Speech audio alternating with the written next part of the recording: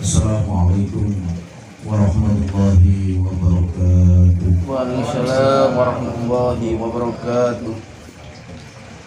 Bismillahirrahmanirrahim. Alhamdulillah. Alhamdulillahilladzi khalaqal mauta wal hayata liyabluwakum ayyukum ahsanu amala. Asyhadu an la ilaha illallah wahdahu la syarika lah. Wa asyhadu anna Muhammadan abduhu wa rasuluhu la nabiyya ba'dah.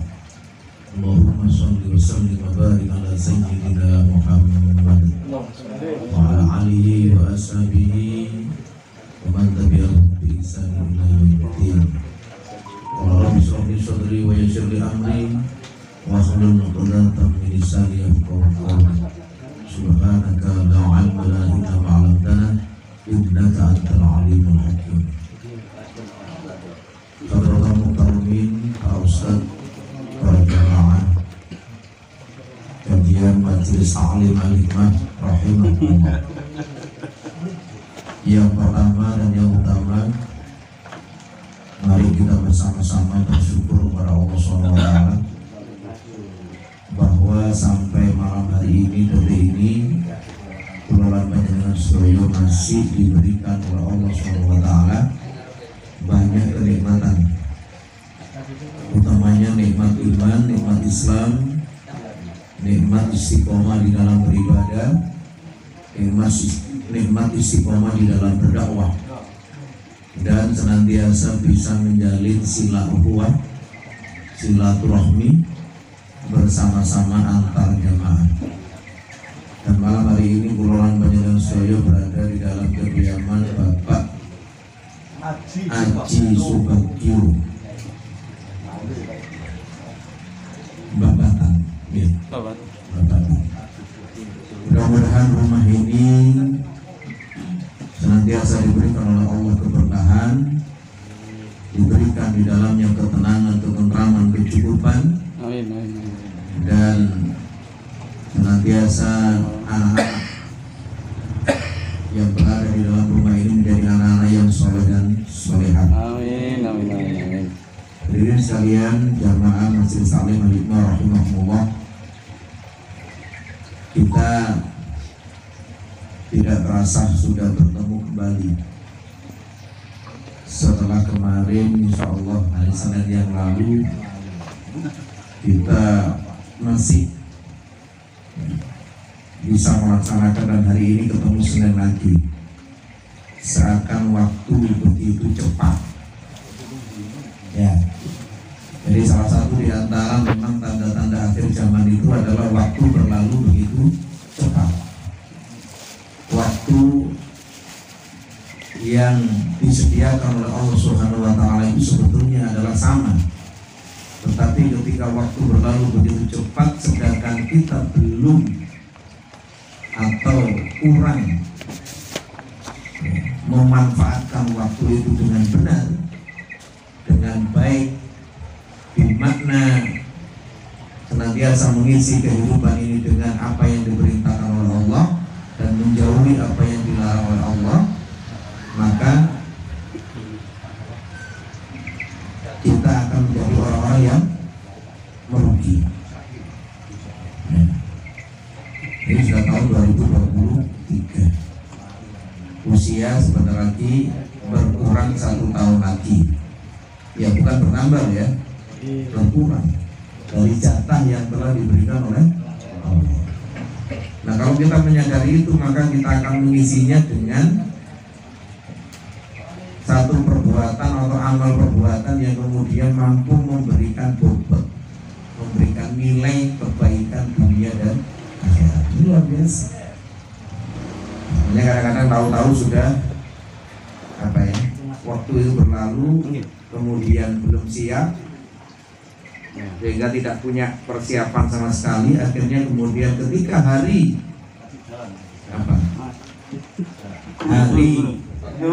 yang dijanjikan oleh Allah Subhanahu wa Ta'ala datang menemui kita, kita belum siap. Ya.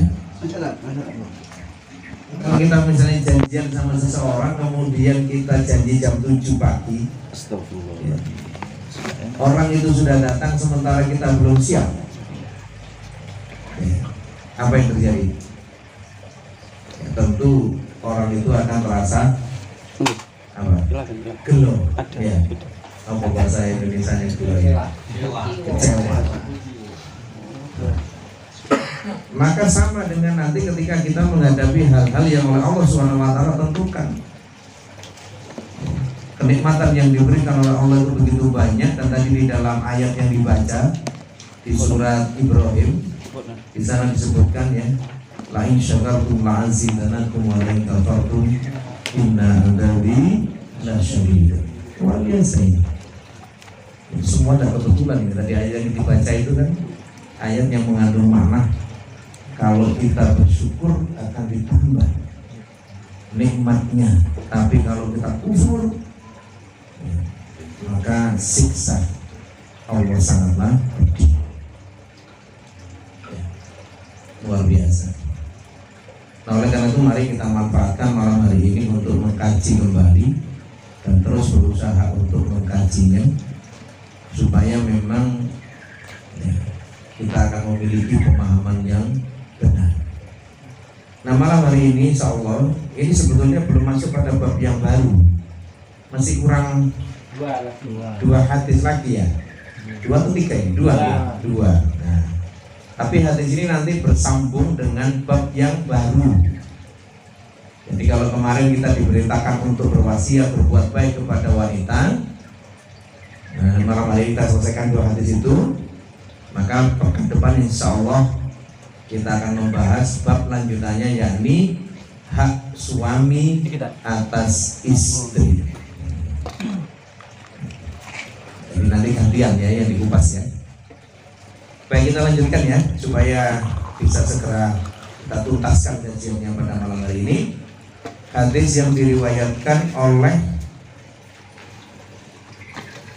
Imam Abu Dawud ya, kalau nggak salah hadis nomor 284. Wa'an Iyas bin Abdullah bin Abi Dabbab radhiyallahu anhu qala Rasulullah sallallahu alaihi wasallam la tatribu ima Allah.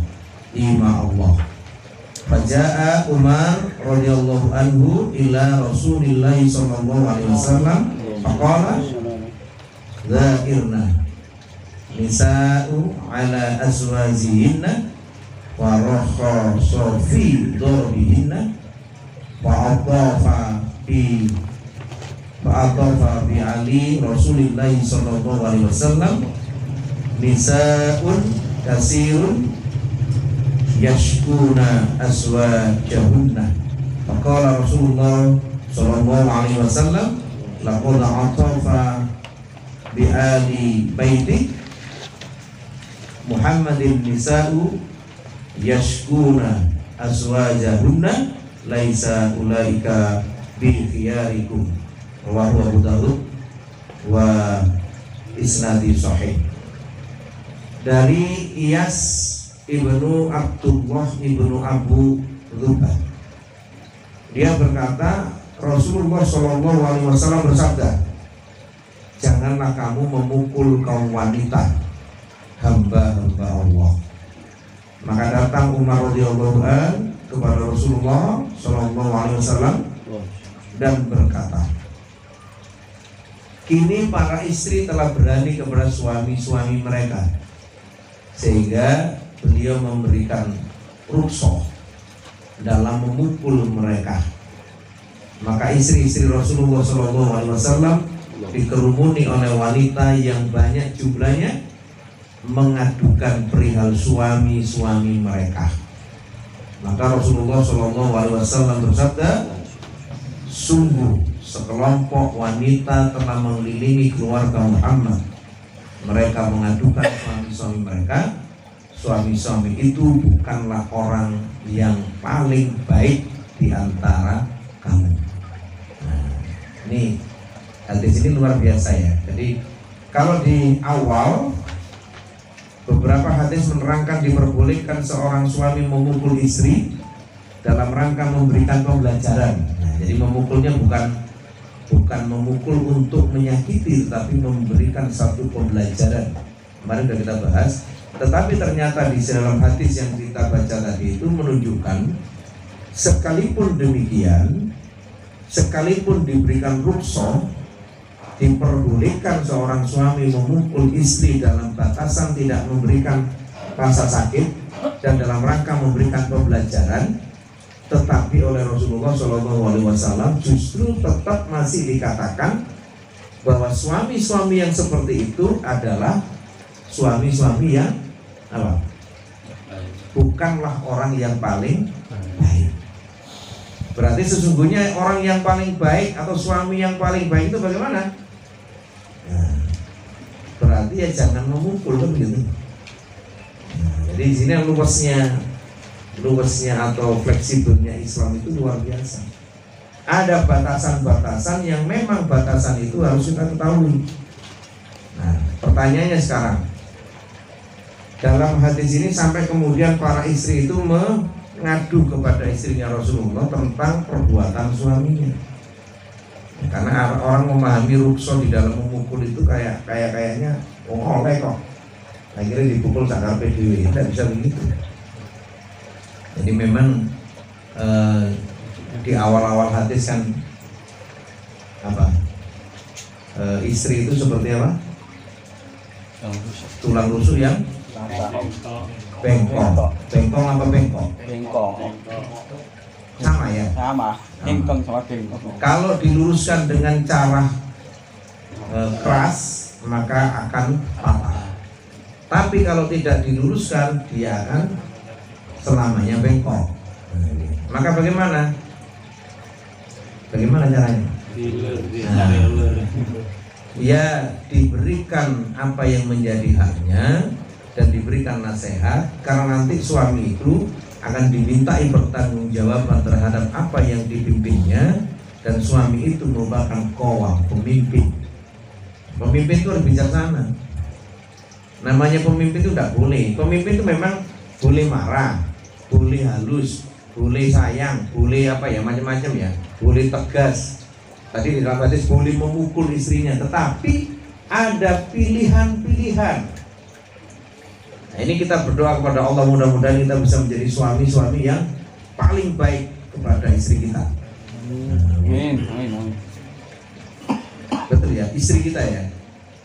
Kalau bahasa Quran apa? Istri.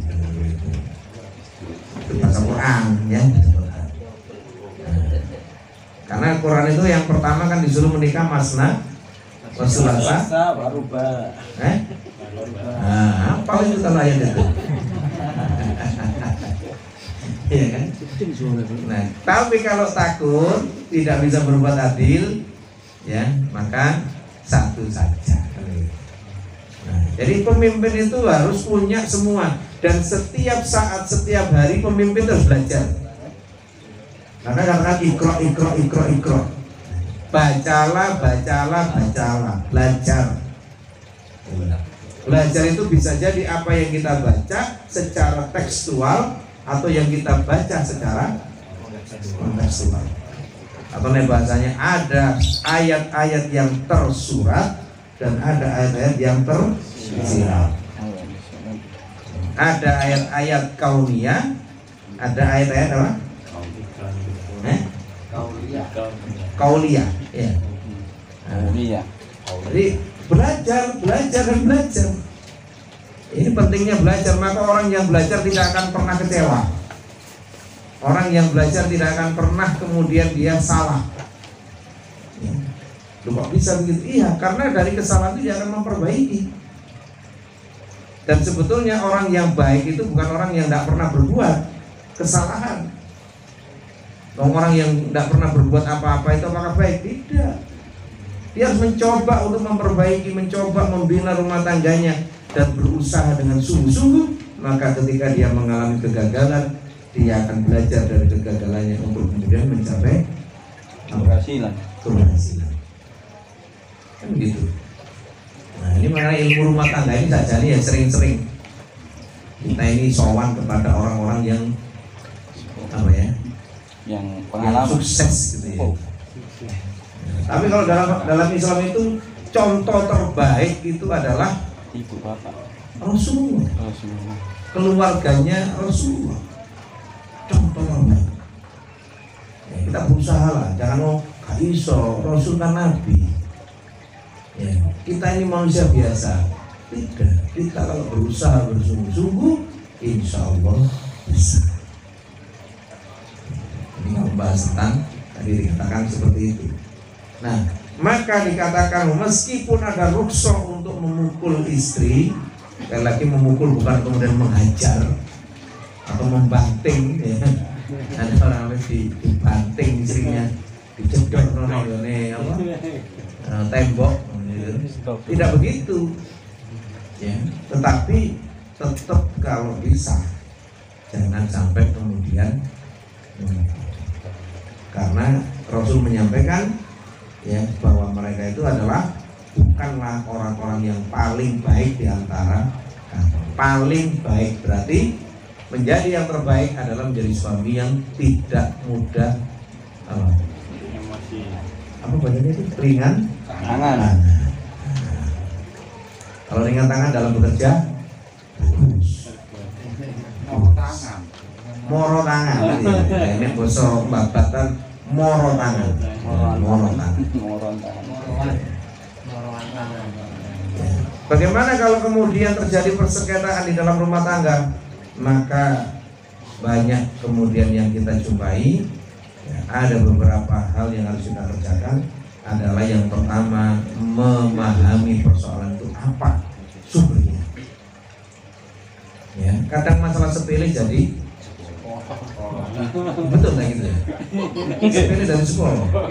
Yang saya tahu itu kerimikan, dari gerojokan, nah begitu. Ini ada sepele dari sekolah. Itu karena sama-sama tidak mau mengalah. Ya. Dasarnya apa? Atau sumber masalahnya apa? Kemudian saling menyadari. Nah, ini kita ngomong begini ini ya bukan berarti kita harus mengalami, tetapi bisa kemudian mengambil pengalaman orang lain. Seperti ini orang rumah tangga sing rotok-rotok katakanlah kebetulan mendengar ada yang bertengkar, kita perhatikan dulu apa sih sebabnya. Nah, jangan dikompori. Ya. Kemudian kita upayakan diadakan islah itu perdamaian. Nah, perdamaiannya bagaimana? Dinasehati, jangan dicampuri. Kalau dicampuri itu berbeda ya, dinasehati. Karena kadang-kadang orang tua, baik dari orang tua laki-laki ataupun dari orang tua perempuan itu kadang-kadang itu bukan menasehati tapi mencampuri. Kalau mencampuri maka menjadi semakin besar. Tapi kalau menasehati maka insya Allah bisa. Karena sebenarnya tidak ada yang sempurna. Maka sudah kita bahas, tidak ada yang sempurna. Disatukan oleh Allah dalam rangka untuk menyelesaikan persoalan, dalam rangka untuk membangun peradaban. Karena bangun peradaban dari rumah tangga itu cekcok kayak gitu. Kapan peradabannya menjadi bangun? Kok bangun bener ya? Menjadi apa? Tegak. Nah, ini dari hadis ini ya. Jadi tetap yang terbaik. Bahkan Rasul sampai kemudian menyampaikan di antara kalian yang paling baik itu adalah beliau. Kata Rasul, aku yang paling baik terhadap keluarga. Gitu. Ya. Nah, sering kan saya sampaikan bahwa suami itu harus punya satu saja. Kalau nggak bisa dua, nggak bisa tiga. Satu saja. Apa ya? Kebanggaan istri. Jadi suami itu harus memiliki satu saja, minimal satu saja. Yang istri itu bangga pada kita. Macam-macam. Ada yang bangga karena apa? Karena tampannya. Ganteng. Gede dukur ganteng. Jenggotan bisa. Kan gitu. Ya. Ada yang juga karena apa? Kelembutannya. Ada yang karena kesabarannya. Ada yang karena apa lagi? Banyak itu, banyak. Minimal itu. Bukan berarti apa-apa enggak, tapi memang seorang suami sebagai seorang pemimpin tidak cukup satu sebetulnya. Ini kebanggaannya loh ya, jangan berpikir yang lain. Karena kemarin muncul status bahwa imam itu satu, makmum itu Ya. kemarin ada status begitu, ya. Jadi karena makmum itu naik satu itu kurang Abdul. afdol. Walaupun tetap berjamaah itu namanya. Akhirnya ini statusnya mengandung maksud. Mengandung maksud. Nah, itu ya yang pertama. Baik, saya pikir ini paham, insya Allah, karena memang di dalam Islam itu rumah tangga atau suami istri itu adalah kehidupan yang dikatakan sebagai kehidupan persahabatan. Jadi bukan atasan dan bawahan, bukan juragan dan apa? Budak Pekerja. juragan dengan apa? Buruh misalnya gitu. Nah, tapi persahabatan. Bagaikan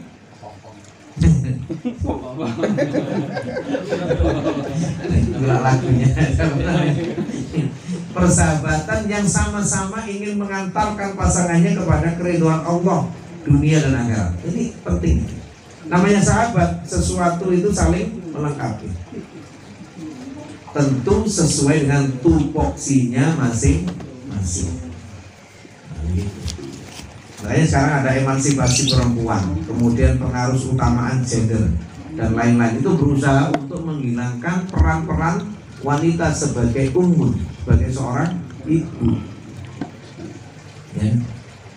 Dicoba itu jangan kayak koyok modo, dianggap lanang dan untuk perempuan, laki dan perempuan sama, dianggap apa ya? Tidak ada perbedaan, bahkan dalam hak-hak segala apapun harus sama. Tidak bisa begitu. Di mana-mana laki-laki dan perempuan itu berbeda. Kalau perempuan itu kemudian jadi imam sholat misalnya, kan bahaya sekali itu. Ya. Karenanya kemudian fikih nisa dengan fikih rijal itu berbeda. Gitu ya. Nah, kita masuk ke hadis yang terakhir, ya.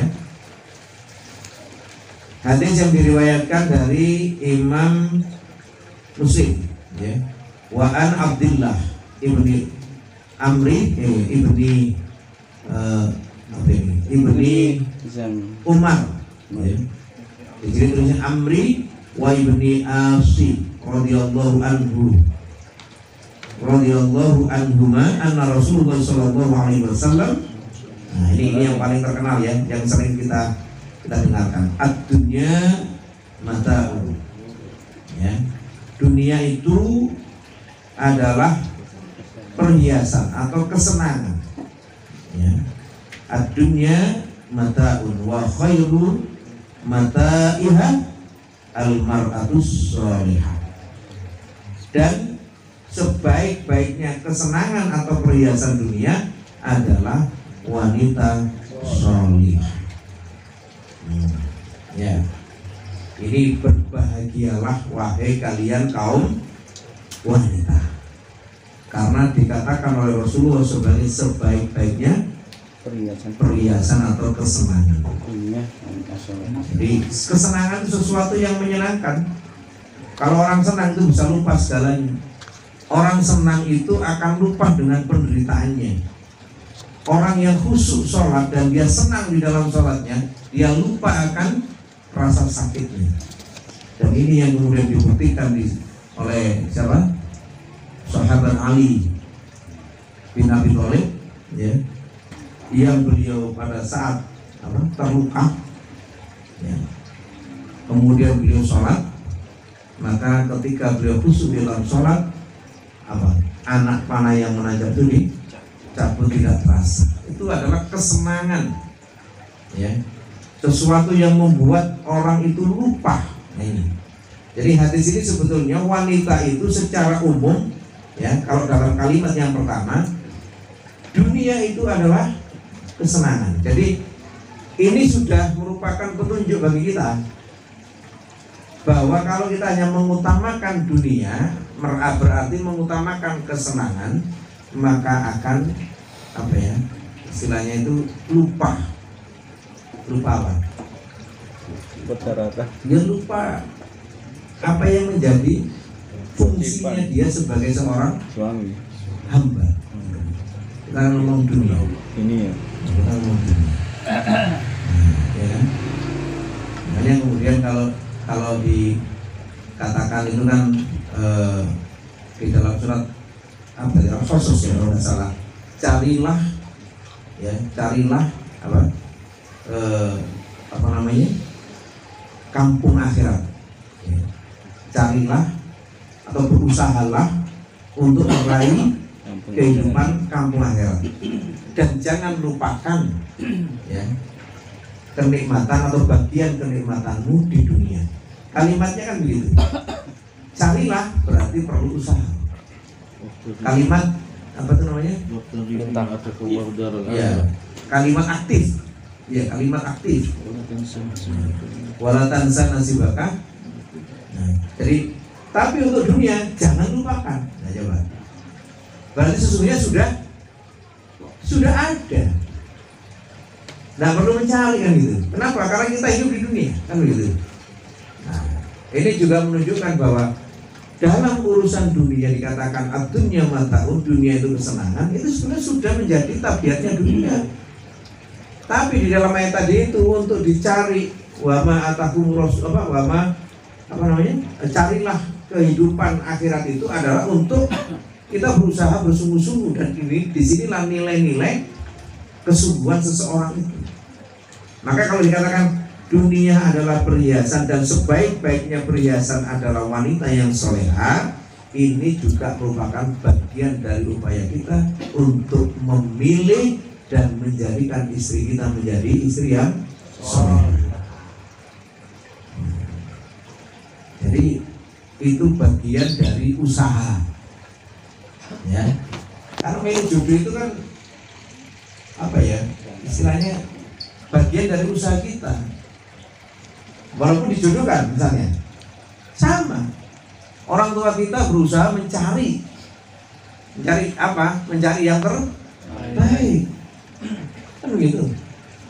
Nah, maka kalau kemudian kesenangan itu tidak didasarkan kepada keimanan, tidak didasarkan kepada keridhaan Allah, maka ya tetap akan mendapatkan kesenangan, tetap. Oh, dunia itu senang, dan wanita itu non sewu. Wanita itu walaupun non sewu ya, ini kita berbicara tentang liberalisasi apa namanya? Pergaulan, ya. Wanita itu sekarang sudah banyak non sewu menjadi komoditas. Ya. Banyak, kalau punya uang banyak itu gampang mendapatkan wanita sing model koyo apa.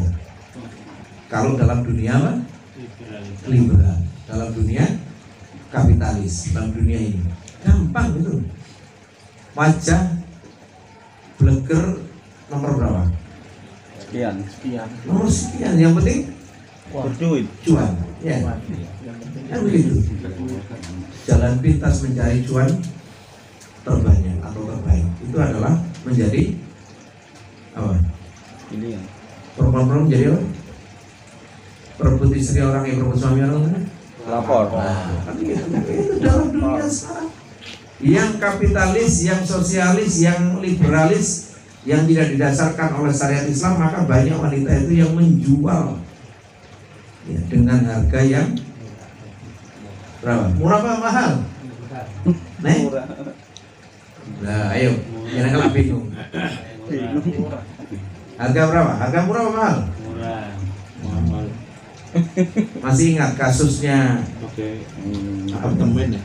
yang jual 60 juta. berapa juta itu? 80 juta. Jual kue apem 80 juta itu belikan sak rombong-rombong itu. Ya. Kenapa demikian? Karena dalam dunia seperti itu bukan keimanan. Maka dikatakan ad-dunya mata'un, dan kemudian wanita itu pun sebetulnya walaupun dia tidak solehah, dia mata'un, dia merupakan kesenangan. Tetapi Rasul memberikan satu garis bawah yang luar biasa, adalah wanita yang solehah adalah betul-betul merupakan perhiasan dunia. Nah, perhiasan dijaga. Maka kalau istri kita minta perhiasan, ingatkan hadis ini.